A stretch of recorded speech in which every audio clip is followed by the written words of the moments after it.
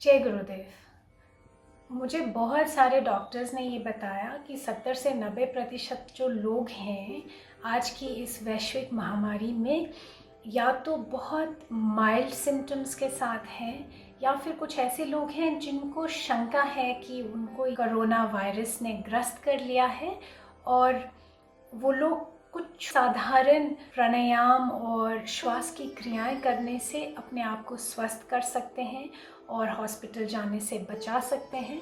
तो मुझे लगा कि एक छोटा सा वीडियो करना चाहिए जिसमें मैं आपको कुछ बड़ी सरल श्वास की क्रियाएं सिखा सकूं जो आप घर पे बैठे बैठे होम क्वारंटाइन में या यदि आप अस्पताल में आइसोलेशन में हैं और आपको अभी बहुत ज़्यादा सीवियर सिम्टम्स नहीं हैं, आपको माइल्ड सिम्टम्स हैं, तो आप ये कर सकते हैं। अपनी दवाइयों के साथ साथ इस अभ्यास को भी रोज़ाना 2-3 बार करने से आप बहुत जल्दी ठीक होने लगेंगे। तो पहली जो मैं आपको क्रिया सिखाऊंगी ये हमारे जो कंधे हैं और जो गर्दन की ये मांसपेशियां हैं इनको थोड़ा सा विश्राम देंगी। क्या होता है जब हम किसी एक ही पोजीशन में ज़्यादा देर तक रहते हैं, लेटे हुए हैं या बैठे हुए हैं या फिर तो कोई भय है और चिंता है, तो ऐसे सब माहौल में क्या होता है, ये जो कंधे और हमारी गर्दन का हिस्सा है ये अकड़ जाता है, जकड़ जाता है, यहाँ पर बहुत तनाव इकट्ठा होता है।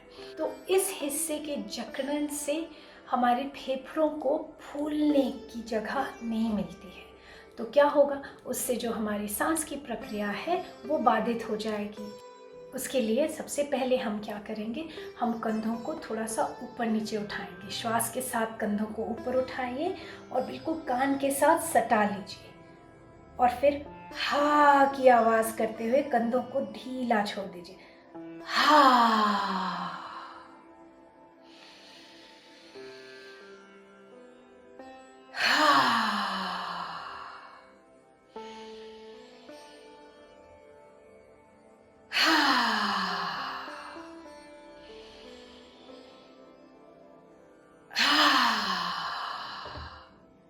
इस प्रकार 6-7 बार करने से आपको यहाँ पे हल्कापन लगेगा और थोड़ा सा तनाव से भी मुक्ति मिलेगी। दूसरी जो हम प्रक्रिया करेंगे ये बहुत सुंदर सूक्ष्म व्यायाम की क्रिया है।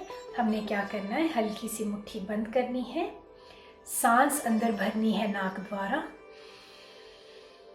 और अंदर ही सांस को रोक लेना है, अंदर कुंभक कर देना है। सांस को अंदर थोड़ी देर रोकना है और जब आप सांस अंदर रोके हुए हैं उस स्थिति में कंधों को ऊपर नीचे उठाना है, ऐसे।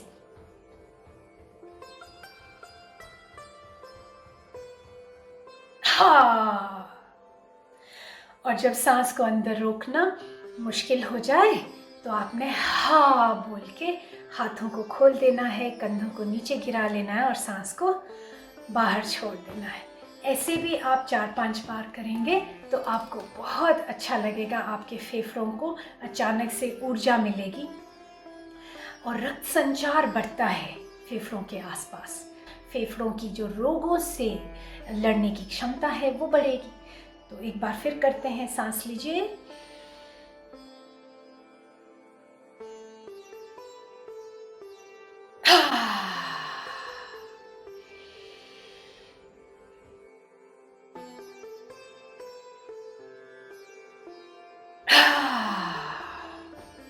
बहुत बढ़िया।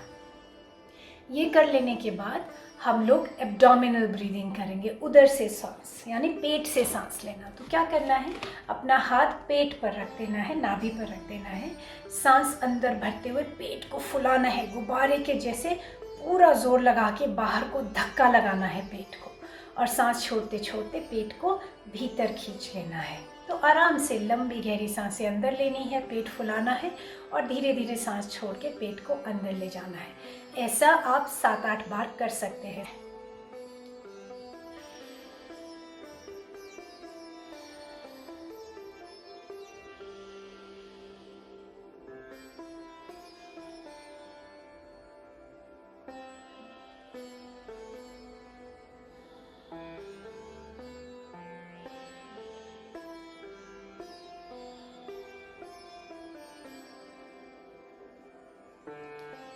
ये करने के बाद अब हम छाती से सांस लेंगे। देखो, सांस तो फेफड़ों से ही लेते हैं, मगर हम क्या छाती फैलाकर फेफड़ों को फूलने की जगह बना के देंगे। ठीक है, तो क्या करना है, अपना हाथ, एक हाथ या दोनों हाथ आप छाती पर रख दीजिए।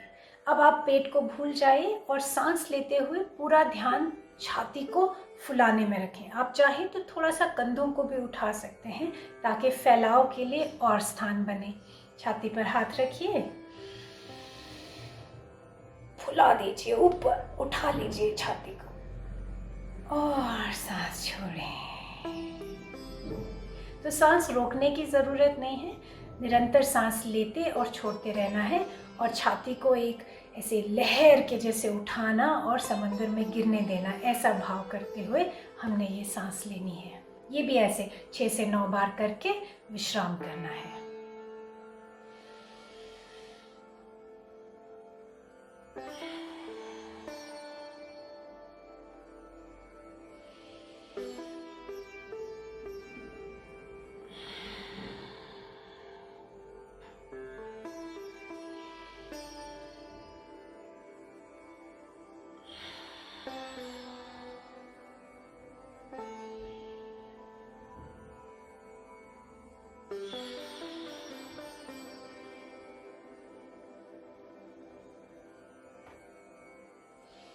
अच्छा, अब आपको ये बता दें कि जो हमारे फेफड़े हैं उनका ज़्यादातर हिस्सा हमारे शरीर के पिछले भाग में है, पीठ की तरफ है। ठीक है, तो हमें थोड़ा सा व्यायाम करना होगा कि हम लोग ये जो हमारी पसलियां हैं इनको भी उठा सके और फैला सके, इनको ट्रेन करेंगे जगह बनाने के लिए। ठीक है, उसके लिए क्या करना है, दोनों हाथों को लेकर अपनी साइड में दोनों तरफ पसलियों पर रख देना है। ऐसे ऐसे आप अपने हाथों को पसलियों पर रख दीजिए। अब जब हमने सांस अंदर भरनी है तो क्या हमने प्रयत्न करना है हाथों को ऐसे साइड में धक्का देने का। तो दोनों ओर से जैसे पंखों के जैसे हम लोग पसलियों को उठा रहे हैं, ऐसा हमने भाव करना है और सांस छोड़कर फिर विश्राम। तो अभी जितनी भी मूवमेंट है वो कैसे है, साइड में है। बाकी छाती आगे को फूलती है, पेट फूलता है, वो होता रहे, उसकी तरफ हम ध्यान नहीं देंगे। हम सिर्फ पसलियों को साइड में उठाने की ओर अपनी सारी अटेंशन रखेंगे।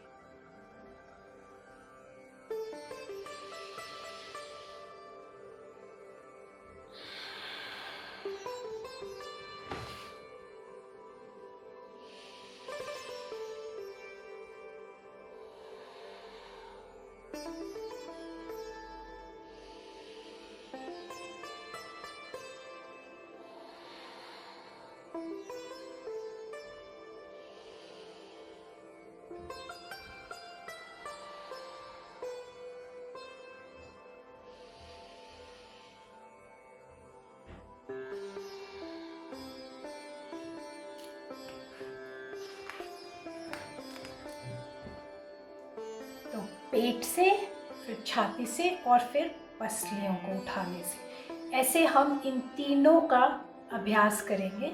ऐसे हम अगर 6-6, 8-8 सांस अगर तीनों में लेते हैं और इसको दिन में 3 बार करते हैं, तो आप देखिए आप क्या कर रहे हैं, अपने फेफड़ों को पूरी तरह फूलने की ट्रेनिंग दे रहे हैं। उससे बहुत बढ़िया सांस लेने में आपको लाभ होगा। अच्छा, अगली जो क्रिया है इसको पर्स लिप्ड ब्रीदिंग कहते हैं। इसमें क्या है कि हम अपने होंठ को ऐसे बना लेते हैं जैसे हम सीटी बजा रहे हैं। तो नाक द्वारा सांस लेते हैं और सांस ऐसे छोड़ते हैं जैसे सीटी बजाने के लिए छोड़ते हैं। पर सांस छोड़नी कैसे है, धीरे धीरे और काफ़ी देर तक लंबी करके हमने सांस छोड़नी है, कंट्रोल के साथ। तो साथ में करते हैं, सांस लीजिए नाक से,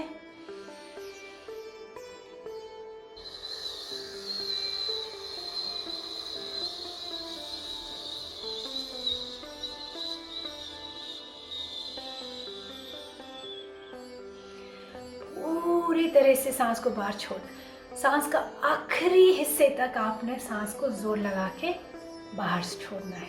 आपको ऐसे लगेगा जैसे फेफड़ों के सबसे निचले भाग से, बल्कि पेट से जैसे सांस बाहर निकल के आ रही है।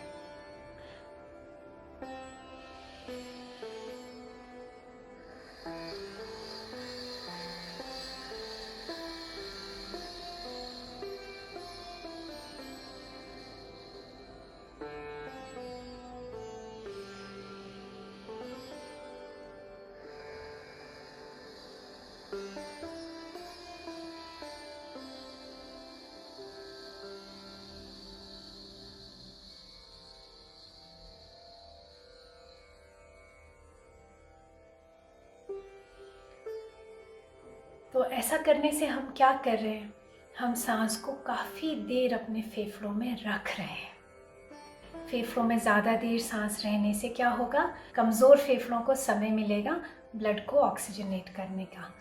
तो इस तरह से भी हम 10-15 बार ऐसे हम सांस ले सकते हैं। इसके बाद जो हम सांस की क्रिया करेंगे वो ऐसे ही है, पर इस बार जब हम सांस छोड़ेंगे तो हम धीरे धीरे लंबी करके नहीं छोड़ेंगे, हम जोशपूर्वक छोड़ेंगे। ऐसे मोमबत्तियों को बुझाने के लिए हम लोग फूंक मारते हैं, तो इस बार हम जब सांस छोड़ेंगे हम ऐसा मन में धारणा रख के करेंगे जैसे हम मोमबत्तियों को बुझा रहे हैं। तो इसको भी दो प्रकार से कर सकते हैं। एक प्रकार, आप एक सांस से एक मोमबत्ती बुझाते हैं, और दूसरा, आप एक सांस से थोड़ा थोड़ा थोड़ा थोड़ा करके बहुत सारी मोमबत्तियां बुझाते हैं।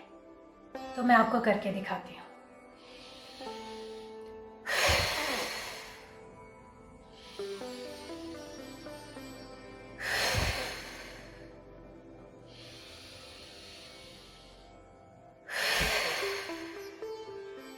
ये हुआ एक तरीका। तो ऐसे आप 4-5 बार कर सकते हैं। और दूसरा तरीका क्या, आपके चारों तरफ मोमबत्तियां हैं, तो आप दाईं ओर से शुरू करके बाईं ओर तक सारी मोमबत्तियां बुझाएंगे, और फिर बाईं ओर से शुरू करके दाईं ओर तक जितनी भी मोमबत्तियां हैं उनको बुझाएंगे। ठीक है, देखिए कैसे।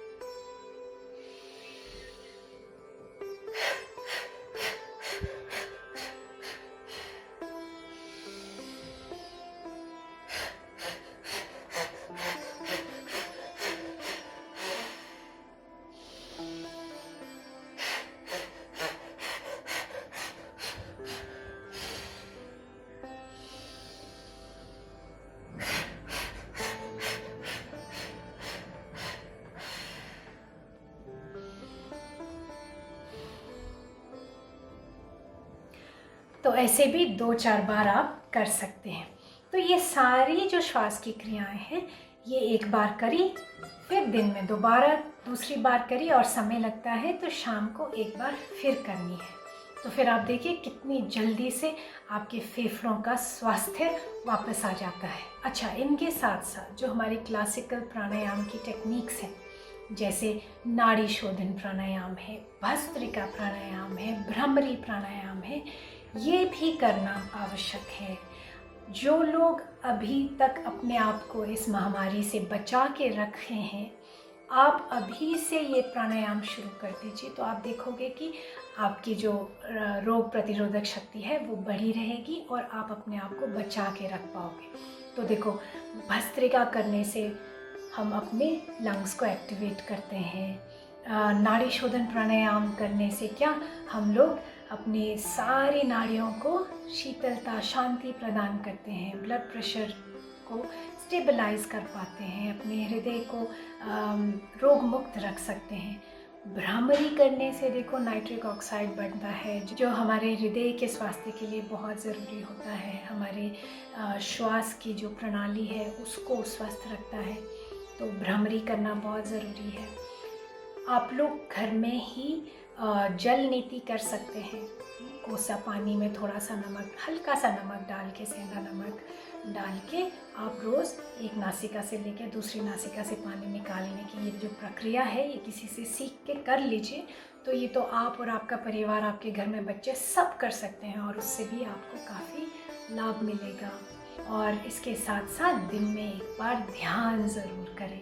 गुरुदेव पूज्य श्री श्री रविशंकर जी के YouTube चैनल पे बहुत सारी ध्यान की रिकॉर्डिंग्स हैं, आप वो लगाइए और 10-15 मिनट आंखें बंद करके अपने साथ हो जाइए। अपने भीतर जो ऊर्जा का स्रोत है, जो प्रसन्नता का स्रोत है, उसके साथ कुछ देर के लिए जुड़ना ज़रूरी है, ताकि क्या, अंदर ऊर्जा रहे, उमंग रहे, प्रसन्नता उठे, ताकि आप इस महामारी को जल्दी से पीछे छोड़ के जीवन में आगे बढ़ पाएं।